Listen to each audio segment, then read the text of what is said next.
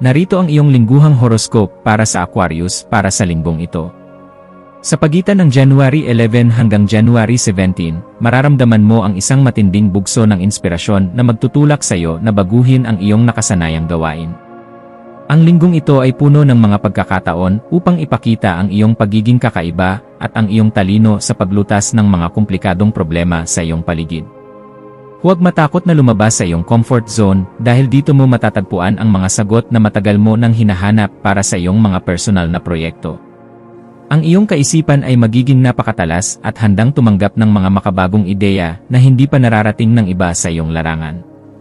Sa aspeto ng iyong karera, ang linggong ito ay paborable para sa pakikipagtulungan sa mga grupong may parehong adhikain gaya mo para sa kinabukasan.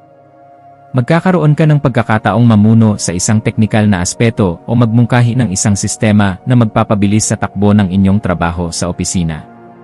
Ang iyong mga kasamahan ay titingin sa iyo bilang isang visionaries na may kakayahang makakita ng mga oportunidad sa gitna ng mga hamon. Manatiling bukas sa mga mungkahi ng iba, ngunit huwag isuko ang iyong orihinalidad na siyang nagpapaangat sa iyo sa lahat. Ang iyong dedikasyon sa paggawa ng mabuti ay magbubunga ng pagkilala mula sa iyong mga nakatataas sa trabaho. Pagdating sa pananalapi, ang Aquarius ay makakaranas ng isang matatag na daloy ng kita basta't marunong kang gumamit ng makabagong paraan ng pagbabudget. Maaaring may mga hindi inaasahang gastusin na may kinalaman sa teknolohiya o gadgets, kaya mainam na maglaan ng pondo para rito mula January 11 hanggang 17. Ang pag-invest sa iyong sariling kakayahan o pagkuha ng isang maikling kurso ay magiging kapaki-pakinabang sa iyong kinikita sa hinaharap. Iwasan ang mga mabilisang investment na walang malinaw na basehan at sa halip ay magtiwala sa iyong sariling pananaliksik. Ang iyong pagiging praktikal sa gitna ng iyong pagiging idealistic ang magliligtas sa iyong pitaka. Sa usapin ng pag-ibig, ang linggong ito ay tungkol sa intelektual na koneksyon at pagbibigay ng sapat na espasyo sa isa't isa upang lumago. Para sa mga may kapareha, ang pag-uusap tungkol sa inyong mga pangarap para sa komunidad ay magpapatibay sa inyong pagsasama at magdadala ng bagong sigla.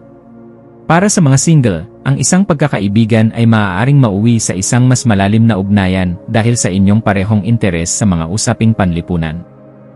Ang iyong pagiging totoo sa iyong sarili ang siyang pinakakaakit-akit na katangian na mapapansin ng mga tao sa iyong paligid. Huwag pilitin ang mga bagay na hindi natural na dumadaloy sa iyong puso. Sa aspeto ng kalusugan, kailangan mong bigyang pansin ang sirkulasyon ng iyong dugo at ang iyong mga binti mula January 11 hanggang 17. Ang labis na pag-iisip ay maaaring magdulot ng mental fatigue o pagkapagod ng isip, kaya mahalagang magkaroon ng sapat na pahinga at tulog. Ang paggawa ng mga aktibidad na nagpapatahimik sa isipan gaya ng meditation o pakikinig sa instrumental na musika ay makakatulong sa iyo ng malaki. Siguraduhing balanse ang iyong kinakain at huwag kalimutang uminom ng sapat na tubig upang mailabas ang mga toxin sa iyong katawan. Ang iyong pisikal na lakas ay nakasalalay sa iyong panloob na kapayapaan. Ang iyong mga lucky number para sa linggong ito ay 4, 17, 33, at 49 na magdadala ng swerte sa iyong mga desisyon. Ang iyong lucky color ay Ariel Blue para sa kalinawan ng isip at silver para sa proteksyon at modernong aura sa bawat araw. Ang dapat mong gawin ay ayusin ang iyong digital space at maglinis ng iyong email o mga files upang mas maging maayos ang daloy ng iyong trabaho. Ipagdasal ang karunungan para sa iyong mga mithiin at ang kaligtasan ng mga taong nangangailangan ng tulong sa iyong paligid. Ang iyong pananalig ay magiging sandigan mo sa lahat ng iyong gagawin. Dapat mong ipagdasal ang pagkakaroon ng malawak na pasensya para sa mga taong hindi nakakasabay sa bilis ng iyong pag-isip at mga ideya. Humingi ng gabay upang ang iyong pagiging malaya ay hindi maging sanhi ng paglayo sa mga taong tunay na nagmamahal sa iyo. Ipanalangin ang tagumpay ng iyong mga planong pangkomunidad at ang patuloy na paglago ng iyong karunungan para sa kabutihan ng lahat. Ang isang pusong mapagkumbaba ay makakatanggap ng mas maraming biyaya mula sa universo sa loob ng 7 araw na ito. Manatiling nakatayo sa iyong katotohanan habang nagpapakita ng kabutihang loob sa kapwa. Ang iyong pakikipagkapwa-tao ay magdadala sa iyo sa mga bagong koneksyon na magbubukas ng pinto para sa iyong mga hangarin sa sining o teknolohiya. Ang iyong pagiging masiyahin at palakaibigan ay magiging gamot sa mga taong nakakaranas ng kalungkutan sa iyong kapaligiran mula January 11. Huwag matakot na ibahagi ang iyong mga opinyon sa isang maayos na paraan dahil ang iyong boses ay mahalaga para sa pagbabago.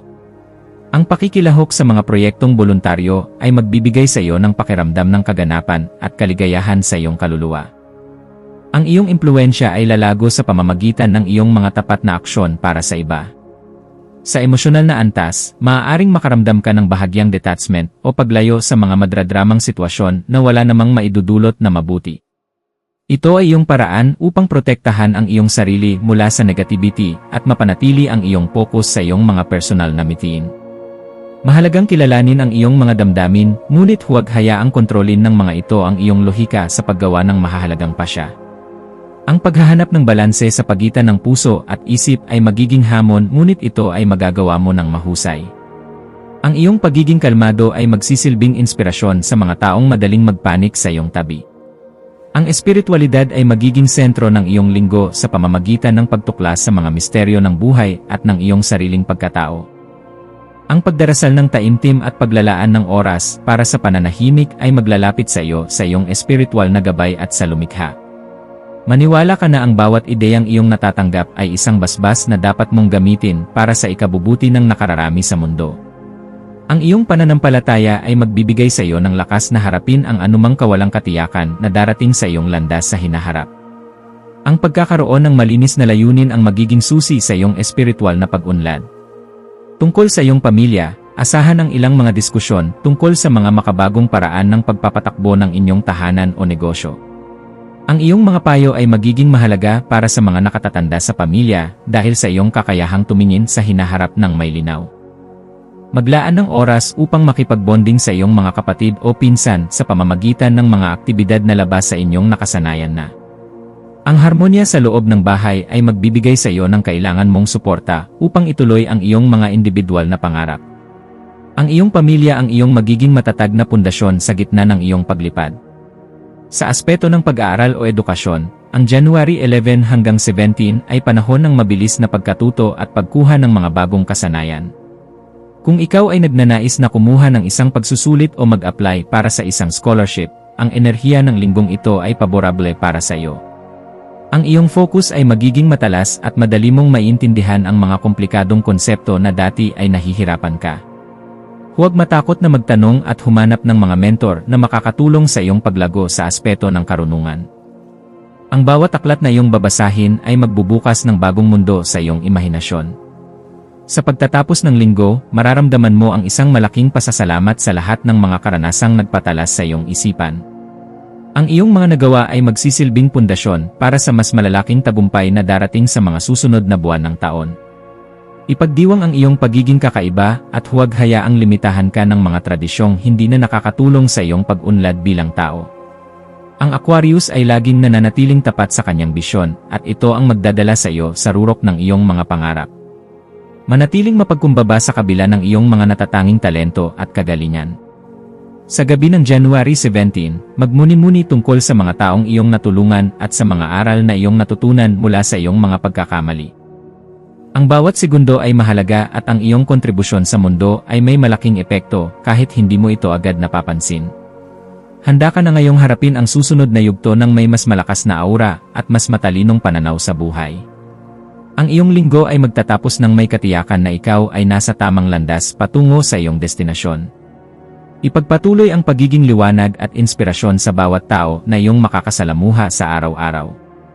Manatiling nakatutok sa iyong misyon at huwag hayaang ang ingay ng mundo ay lumunod sa boses ng iyong intuisyon. Ang universo ay nakahanda na ibigay sa iyo ang lahat ng suportang kailangan mo basta't mananatili kang tapat sa iyong layunin. Ang iyong lingguhang horoscope ay nagpapakita ng isang panahon ng pag-angat at paglago sa lahat ng aspeto ng iyong pagkatao. Magtiwala sa proseso at hayaan ang iyong sarili na magniningning gaya ng mga bituin sa kalangitan. Tapusin ang linggo ng may ngiti at pusong puno ng pag-asa para sa mas marami pang tagumpay na darating.